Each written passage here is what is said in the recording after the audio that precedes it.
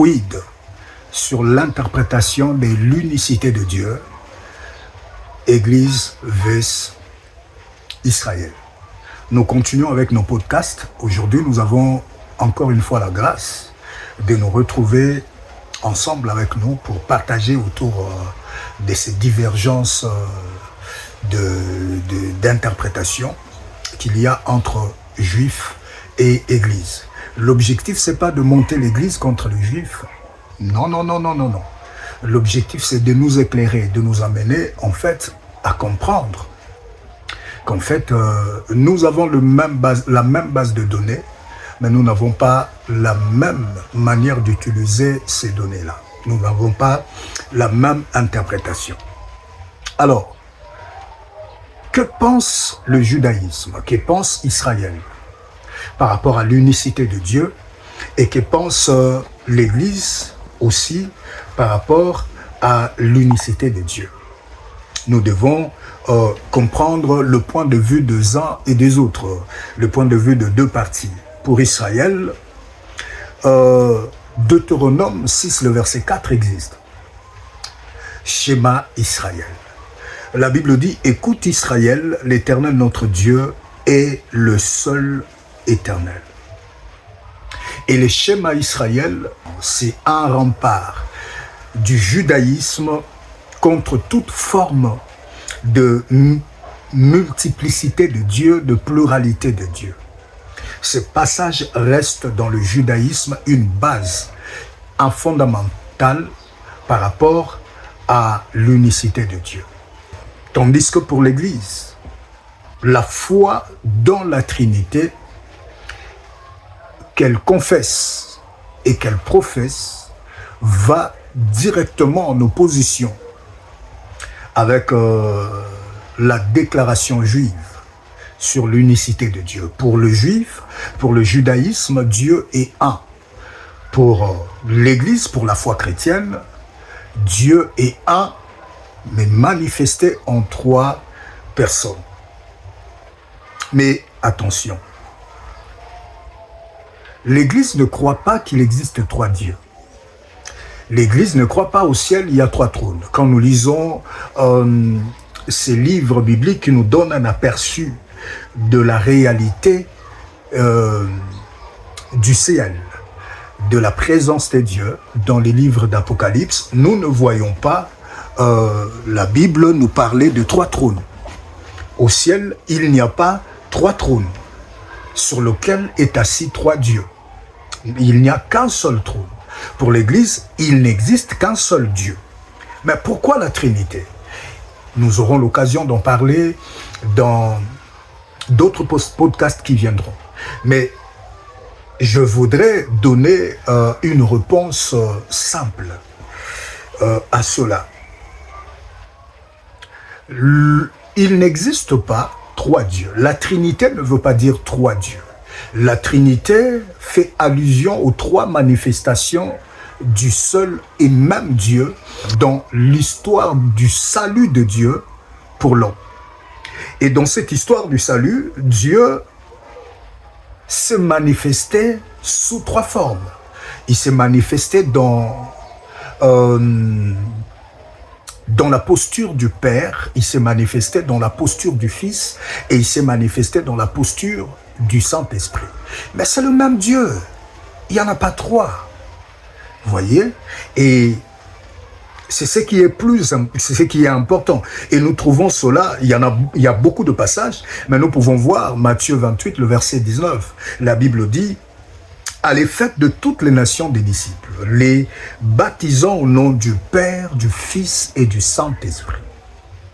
Et lorsqu'un juif, un Israélite entend un tel passage sur le Dieu, selon eux, que nous, l'Église, prétendons partager avec eux, ils sont malheureux. Vous voyez, ça ne peut pas être vrai. Et ça, c'est ce que nous devons comprendre sur l'unicité de Dieu. Et je voudrais vraiment le dire de manière claire. L'Église ne croit pas qu'il existe trois dieux. L'Église ne croit pas qu'il y a 3 trônes au ciel. L'Église ne croit pas qu'il existe 3 êtres qui cohabitent ensemble. Non, non. Mais l'Église croit, tout comme Israël, qu'il existe un seul Dieu.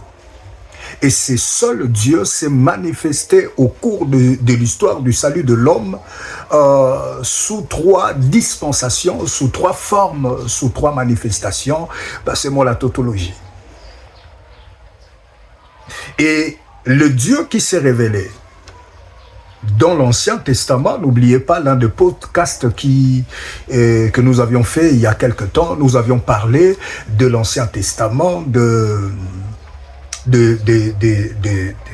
cette partie de la Bible comme d'un miroir, de la loi même, ce qui est aujourd'hui fondamental pour le judaïsme et pour l'Église, vu comme un miroir qui annonce ce qui devait venir et qui va, qui parle de Christ. Lorsqu'on parle de Lévitique particulièrement, et tout ce qui entoure le sacrifice et consorts, ça nous parlait sur le sacrifice suprême de Christ. Pour nous, on a évolué, la révélation a progressé, a évolué jusqu'à arriver dans la personne de Christ. Vous comprenez? Mais il n'y a pas 3 dieux. Il n'y a qu'un seul Dieu sous 3 manifestations. Et ça, c'est important. Un autre point de divergence. Alors, quid sur le 3e temple? Église contre Israël. Encore une fois, quelles sont les interprétations que les uns et les autres posent sur la table par rapport à ce même, à ce même sujet? Le 3e temple, est-ce un lieu de gloire de Dieu ou le siège de l'imposture? Le judaïsme rêve de rebâtir le temple dans le but de restaurer le culte de l'Ancien Testament. Quel culte? Parce que nous devons quand même nous situer. Quel culte le judaïsme se bat pour restaurer en reconstruisant le 3e temple? Je ne suis pas hébreu, ni expert en hébreu. Je pense que je ne massacre pas de mots hébreux que je veux citer ici. Voilà, je vais prononcer ici. Un peu de compassion. Voilà. Alors, Nombre, le verset 3, et le Nombre chapitre 28, et le verset 3. Nombre 28.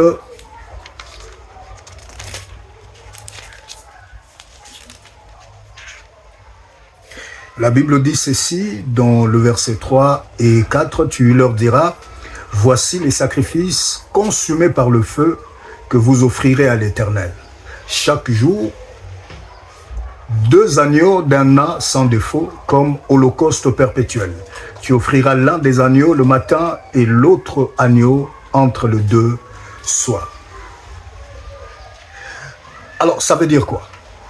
Ça veut dire que ces cultes reposent sur la restauration du service sacrificiel. Exactement tel que cela est prescrit dans le Lévitique et détaillé dans les Talmuds. Et je vous ai dit une fois, le Talmud, c'est un livre qui n'est pas aussi populaire que la Bible. Nous en avons presque pas la connaissance. Mais il y a des choses qui sont dites qui soutiennent la foi juive.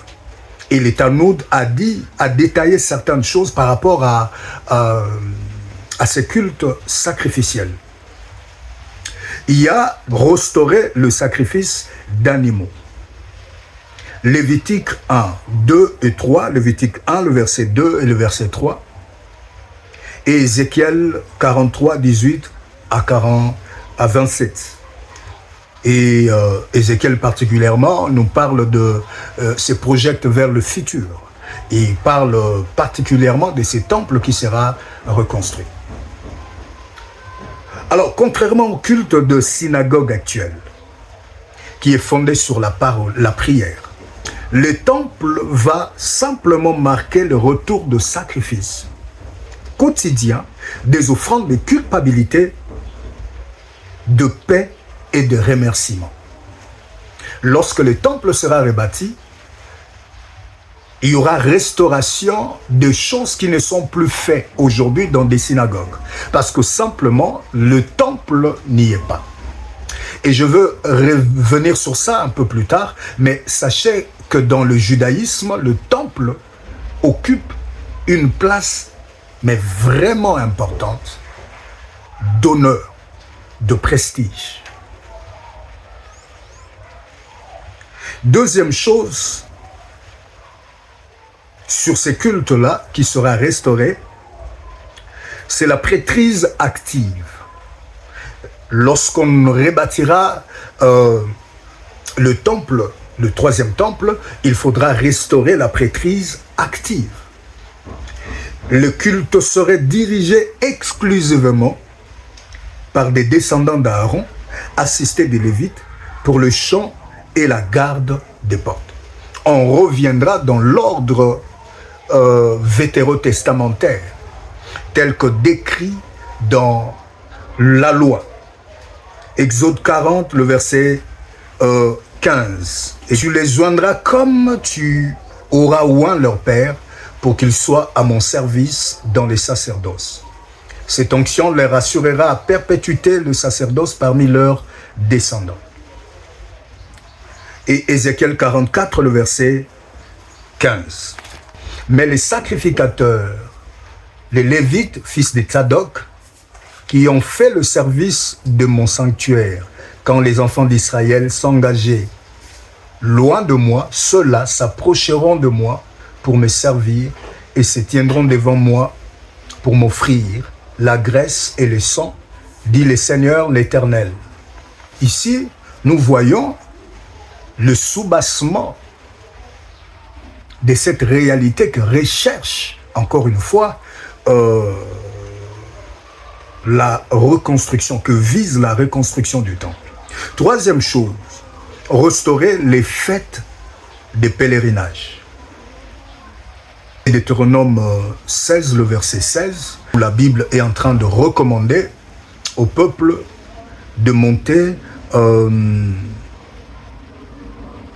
à Jérusalem pour célébrer le Seigneur.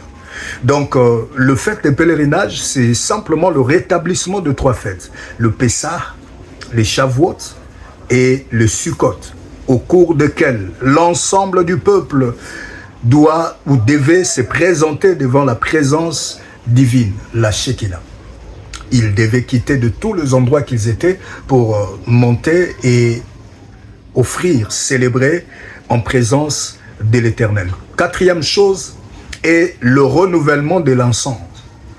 Exode 30, le verset 18, le renouvellement de l'encens parle du rétablissement de l'offrande bi-quotidien du Kétoret sur l'autel d'or, considéré comme l'aspect le plus sacré du service intérieur du temple.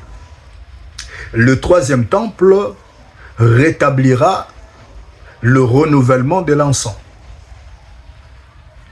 Donc, nous avons ces quatre choses qui seront restaurées par la reconstruction du temple, par le temple, le troisième temple.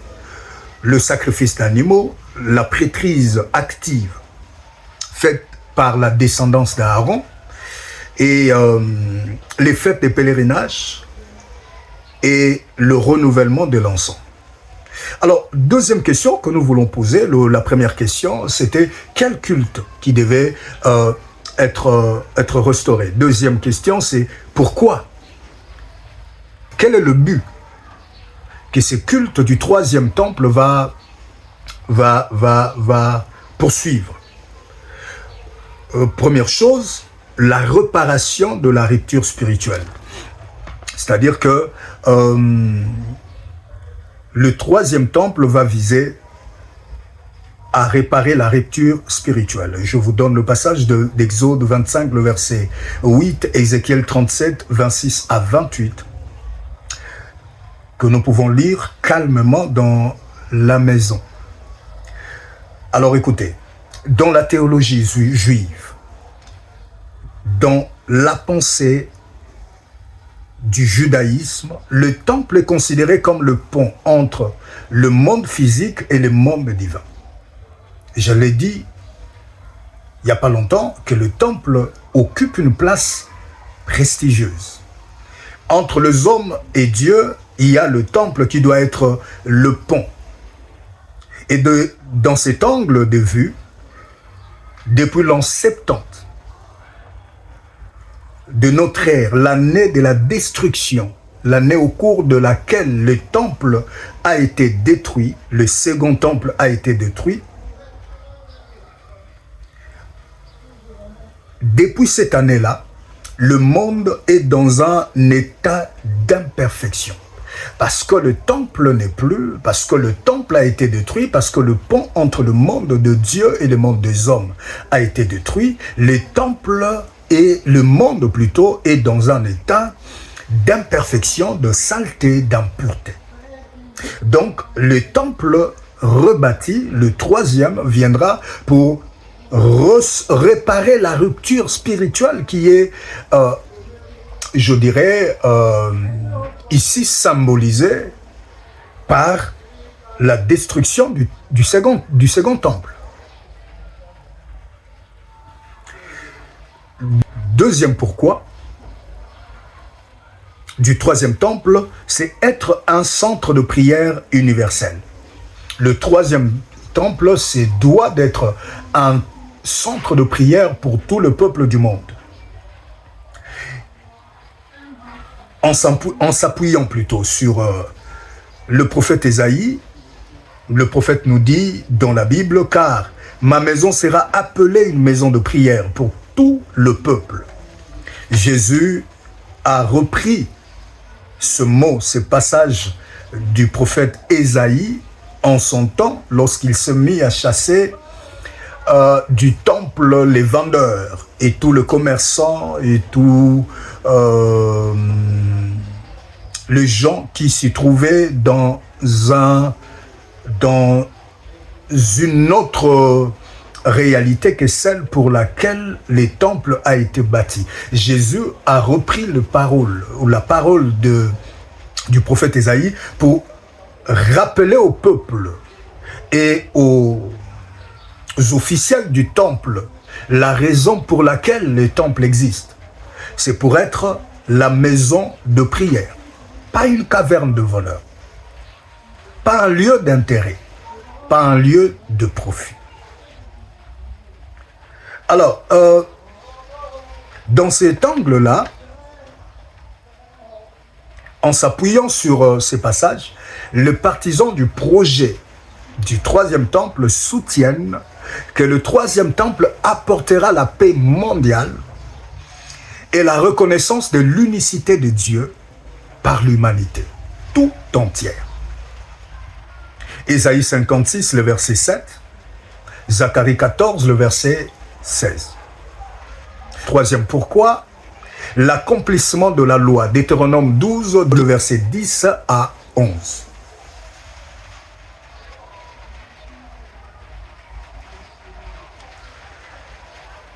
Vous savez, environ un tiers des 613 commandements de la Torah dépendent directement du temple, directement de l'existence du temple.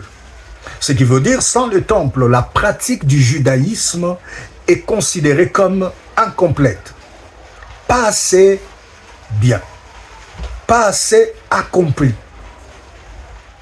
Les temples jouent un rôle primordial. Et c'est des temples même que dépend toute la loi. Vous enlevez le temple, voyez, imaginez dans quel état la foi juive se retrouve maintenant. Le lieu où doit être reconstruit le temple, le troisième temple, est occupé par une mosquée. Et ça fait des centaines et même des millénaires. que cette mosquée existe là. Alors, toute tentative de reconstruction matérielle du temple soulève des enjeux sécuritaires majeurs, des enjeux sécuritaires mondiaux majeurs, qui va opposer des aspirations millénaires religieuses aux réalités politiques et géopolitiques du Proche-Orient. Comment devront-ils faire? Il faudra raser la mosquée pour reconstruire les temples. Et ceux qui sont protecteurs de ces mosquées vont regarder.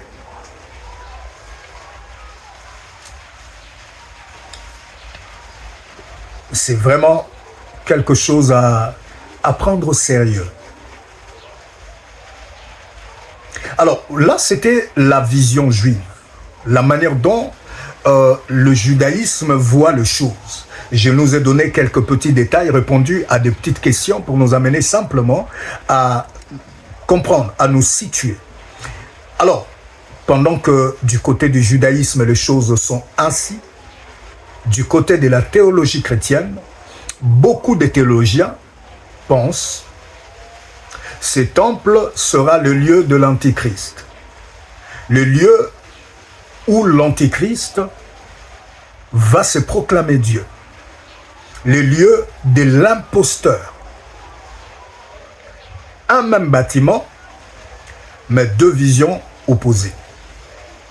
Pour les uns, c'est l'accomplissement de prophéties impulsées par Dieu.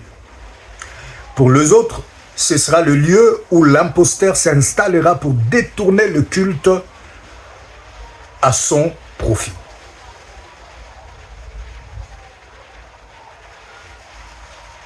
Et dans la théologie chrétienne, on parle de l'abomination de la désolation. Daniel 9, le verset 27, Matthieu 24, le verset 15. On parle de l'usurpation de la divinité. Dans 2 Thessaloniciens, l'apôtre Paul décrit l'adversaire de Dieu non comme quelqu'un qui détruit les temples, mais comme celui qui s'y assoit pour exiger l'adoration due à Dieu seul. Celui qui prend la place de Dieu dans le sanctuaire où doit être adoré Dieu. Troisième chose qui est déclarée dans la théologie chrétienne est la rupture de l'alliance.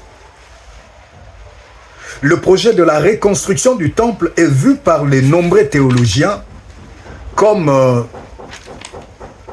une tentative humaine de restaurer un système de sacrifices devenu obsolète par la mort et la résurrection de Jésus. Et dans cette optique-là, dans cette perspective-là, le troisième temple n'est pas une œuvre divine, mais une structure politique et religieuse qui servira de base à une religion mondiale unifiée sous l'égide de l'imposteur. Apocalypse 13, 14, 15, ces passages nous décrivent simplement la séduction des habitants de la terre par des signes et des prodiges aboutissant à l'adoration d'une image et d'un système lié à la bête. Dans la vision juive orthodoxe, le temple est le but ultime de la sainteté sur terre, le lieu où la paix mondiale émanera de Jérusalem. Et dans la vision eschatologique chrétienne, le troisième temple est un piège prophétique qui part d'un faux traité de paix de 7 ans jusqu'à la révélation de la vraie nature de l'imposteur, la bête ou l'antéchrist. Et cela explique pourquoi, pendant que les uns se réjouissent des préparatifs matériels à Jérusalem, d'autres y voient les signes avant-coureurs d'une crise spirituelle majeure. Mais je voudrais atterrir et conclure avec Jean 14, le verset 27. La Bible dit, et c'est Jésus qui parle, « Je vous laisse ma paix, je vous donne ma paix, je ne vous donne pas comme le monde donne, que votre cœur ne se trouble point et ne s'alarme point. » Ces choses vont arriver Et nous devons être heureux d'être dans le Christ Jésus, de continuer à faire confiance et de continuer à marcher avec le Seigneur. Soyez bénis et retrouvons-nous dans notre prochain podcast.